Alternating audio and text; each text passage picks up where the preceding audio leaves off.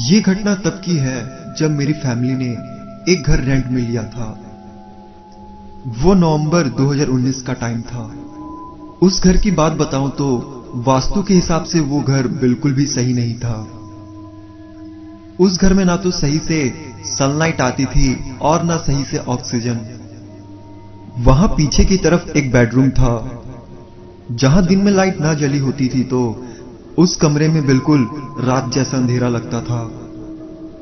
ये कहानी शुरू हुई दिवाली के दिन से, क्योंकि हम दिवाली के अगले दिन वहां शिफ्ट होने वाले थे। तो हमने दिवाली के दिन जाकर उस घर में पूजा किया। वहां हमने उस घर के हर एक रूम में दिए जलाए। अगले दिन जब हम उस घर में शिफ्ट हुए तो हमने एक अजीब सी बात नोटिस की। बाकी सारे रूम में दिए जलकर वहां अपनी जगह पर बुझ गए थे, लेकिन जिस बेडरूम के बारे में मैंने आपको बताया था, उस बेडरूम में जलाया हुआ दिया अपनी जगह से नीचे गिरकर टूटा हुआ था। पर ऐसा हो ही नहीं सकता था, क्योंकि घर की चाबी हमारे पास ही थी और उस बेडरूम में बिल्कुल भी हवा नहीं आती थी। फिर हमने इन सब बातों पर ज्यादा ध्यान नहीं दिया और हम नवंबर में वहां शिफ्ट हो गए। वहां शिफ्ट होने के 5 दिन बाद मेरी मम्मी की तबीयत खराब हो गई और वो बहुत ही ज्यादा बीमार पड़ गई। मम्मी बहुत ही मुश्किल से ठीक हुई। उस घर में रहते हुए 1 महीना बीत चुका था। दिसंबर आते आते मैं बहुत ही ज्यादा कमजोर हो चुका था।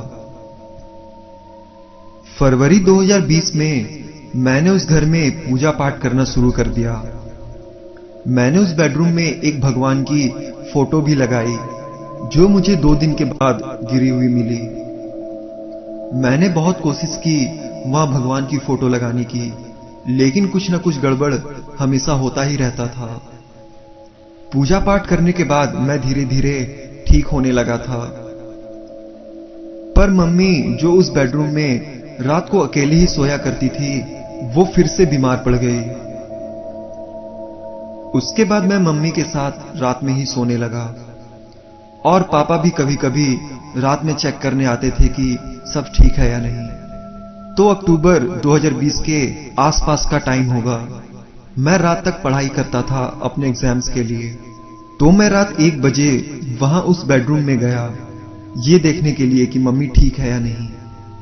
लेकिन मम्मी सो चुकी थी, तो मैं भी उनके पास जाकर सो गया।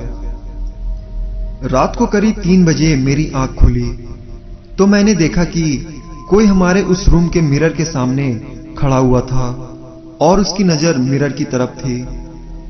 वो दिखने में कोई औरत जैसी लग रही थी, लेकिन अंधेरे में मुझे बिल्कुल कुछ भी साफ नहीं दिखाई दे रहा था। मुझे लगा कि मेरी मम्मी होगी, तो मैंने कहा, आप मिरर के सामने क्या कर रही हो, सो जाओ आप। इतना बोलकर मैं सो गया। अगले दिन मैंने मम्मी से इस बारे में पूछा तो मम्मी ने कहा, ऐसा तो कुछ भी नहीं हुआ था, मैं तो सो रही थी। और ऐसे ही एक औरत बाद में मम्मी को भी दिखी। तो एक बार जनवरी में मम्मी और पापा किसी डील की वजह से आउट ऑफ स्टेशन गए हुए थे और मैं घर में बिल्कुल अकेला ही था। हमारे उस घर में एक भगवान का रूम भी था जहां मैं पढ़ाई किया करता था। तो मैं सारा दिन उस भगवान के ही रूम में रहता था। उस दिन रात 1 बजे मैं टीवी देख रहा था, तो मुझे उसी बेडरूम से पायल की आवाजें आने लगी। मुझे लगा मेरा वहम होगा, तो मैंने टीवी बंद करके फिर से सुनने की कोशिश की, लेकिन फिर भी पायल की आवाज आ रही थी। मैं डर के मारे सीधे भगवान वाले रूम में चला गया और वहां से पापा मम्मी को कॉल कर दिया। मेरे मम्मी पापा भी अगले दिन आ गए। उस दिन के बाद से मैंने पूरे घर में हनुमान चालीसा पढ़ना शुरू कर दिया। फिर भी मैं कभी कभी उस बेडरूम के आसपास जाता था तो मुझे अजीब सा महसूस होता था। फिर अभी 2021 में मेरे 10th के बोर्ड्स के एग्जाम्स होने वाले थे। मैं पूरा फोकस पढ़ाई में कर रहा था। अब मुझे हमेशा लगता था कि मुझ पर कोई नजर लगाए हुए बैठा है। अप्रैल में मेरे एग्जाम्स कैंसिल हो गए। हम पूरी फैमिली यही सोचने लगे कि घर छोड़े या ना छोड़े। शायद 20 या 21 अप्रैल को हमारे घर में एक आदमी आया, जो हम लोगों से पहले इस घर में रेंट में रहता था। और उसी आदमी ने फिर इस घर के बारे में खुलासा किया। उसने बताया कि इस घर में कई साल पहले एक औरत को दहेज के चक्कर में मार दिया गया था। फिर उस औरत की आत्मा ने उन लोगों को वहां रहने नहीं दिया और फिर उन्हें अपना घर बेचना पड़ा। और फिर हमारे मकान मालिक ने इस घर को खरीद लिया।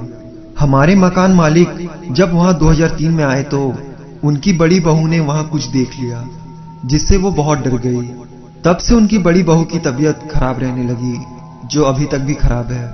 और ये सब बातें उन्होंने हमें नहीं बताया था। उसके अलावा जो हमसे पहले यहाँ रहता था, जिसकी 2 महीने पहले ही शादी हुई थी और 2 महीने के बाद इसी घर में उनका डिवोर्स हो गया। जब हम यहाँ रहने आए तो हमने भी इस घर के बारे में ज्यादा पता नहीं किया। ये सब जानने के बाद हमने कुछ नहीं सोचा और 25 अप्रैल को हम लोग वहां से शिफ्ट हो गए। और उसके बाद मम्मी की भी तबीयत ठीक हो गई। शुभजीत ने मुझे उस घर के बारे में और भी जानकारी दी। उन्होंने मुझे बताया कि जब वो अपना घर खाली कर रहे थे तो उनको वहां एक मटका मिला, जिसमें बहुत सी नींबू और मिर्च थी। और कभी कभी मुझे उस घर से इत्र की महक भी आती थी, जबकि हमारे घर में कोई इत्र भी नहीं लगाता था। तो यही मेरा उस घर में एक्सपीरियंस था।